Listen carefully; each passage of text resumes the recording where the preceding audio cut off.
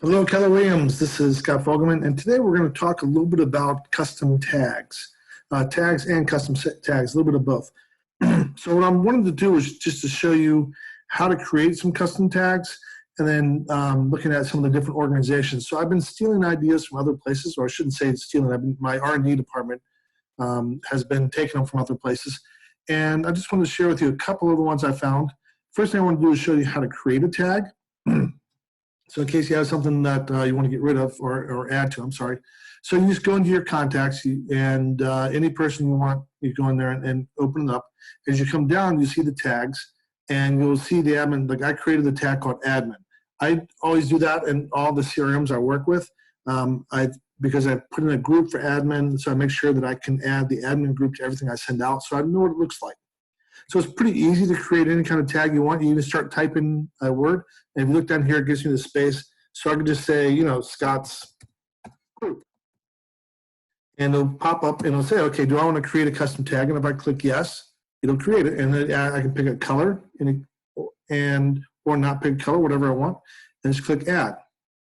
If I decide later on I want to delete this person or delete that group tag from this person, I can just do it right here and delete it and exit out.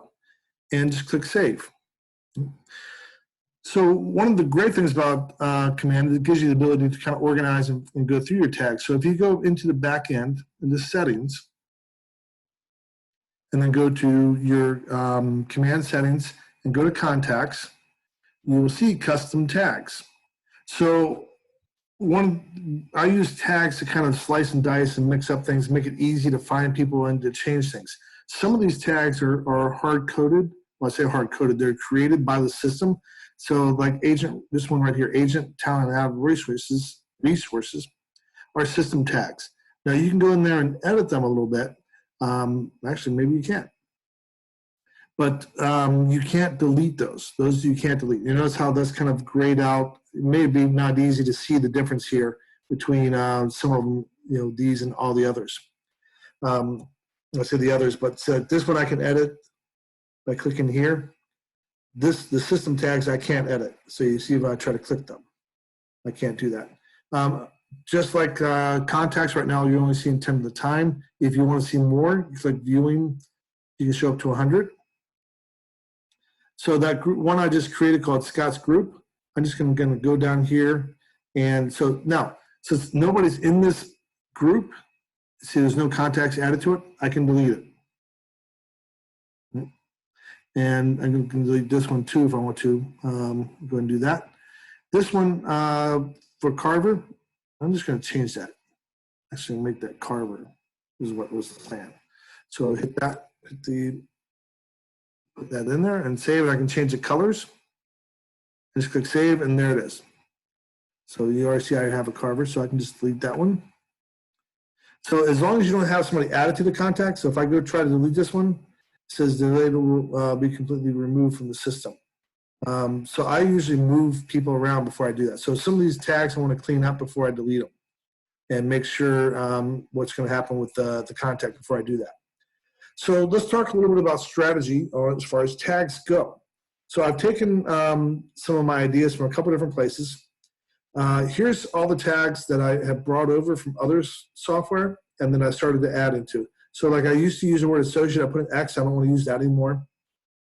Allied resource is hard-coded. I'd rather call it something easier, like a vendor to me than allied resource because, I don't know, that, to me allied resource and vendor, so I'm thinking mortgage brokers, termite, closing companies, whoever might go into allied resource.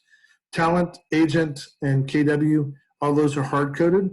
You see I have MegaCamp 2018. You also see people added from Kelly. Buyer, seller, bought, sold, those are hard-coded. These green-colored ones are ones that were created from the system that are already in there. And the ones, a lot of times, the other ones are ones that I brought in. So downline, I believe, is in the system too. I go ahead and categorize people based upon, I put a lot of agents in here. So if I'm marketing to agents, if I get a new listing, I want to send out my listing to all the agents in the market. I would go ahead and send them to the different markets. So if I don't want to send, a Lynchburg listing to Richmond agents, it's just totally wrong because we cover a bigger area. So we cover Lynchburg, Richmond, and Roanoke.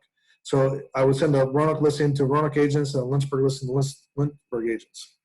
I also took Ben Kenny's ideas, but I kind of changed it a little bit. He sets his people up in an A+, A, B, and C category as far as where they are in their CRM, who categorizes what. What I do is I change it to an A to a D system. So D is not yet met. C is have met, but they may or may not remember you. Like you talk to them, they probably know who you are. B is somebody who would give you a referral, and A is to me is your A+ person. What Ben calls an A+ person. Your person who's gonna refer you several times a year. And this is the person who gets really the red carpet treatment. So that's instead of using A+ to C, I use A to D. Another system that I looked at was, or another way of tagging is this is from Lori Ballin's team. And I like how they do a series. And what's kind of cool is by this type of system, they do color coded too. So in the contact type, it might be all one color, such as red. Status might all be yellow. Interest might all be blue, whatever that might be. So I like how they use what type of contact it is. What is the status? Where they're on the transaction side? Is there interest? They put in neighborhoods, price points, properties, and home types. I thought that was pretty good. And that's a lot of tags, a lot of different potential tags is the concern there. Timeline. Thought it was a great piece of advice. If someone says I'm looking at buying next year, then I would put down 2021. If someone said, hey, I'm looking to buy in August, I would tag them with that, but I actually would probably tag them in June so that they're ready to, because people usually buy early. Communication, how active are they communicating at events? So how did you meet this lead? Did you meet them at an open house? Did you meet a client appreciation event? Where did this lead come from? And then the system tags we've already talked about, these are ones that are already hard-coded from Keller Williams that is part of the system. So this, again, was designed to be kind of just a short little feature to show you how I do some of my tags. Pretty simple and easy. I hope you enjoy it, and I hope to talk to you again soon.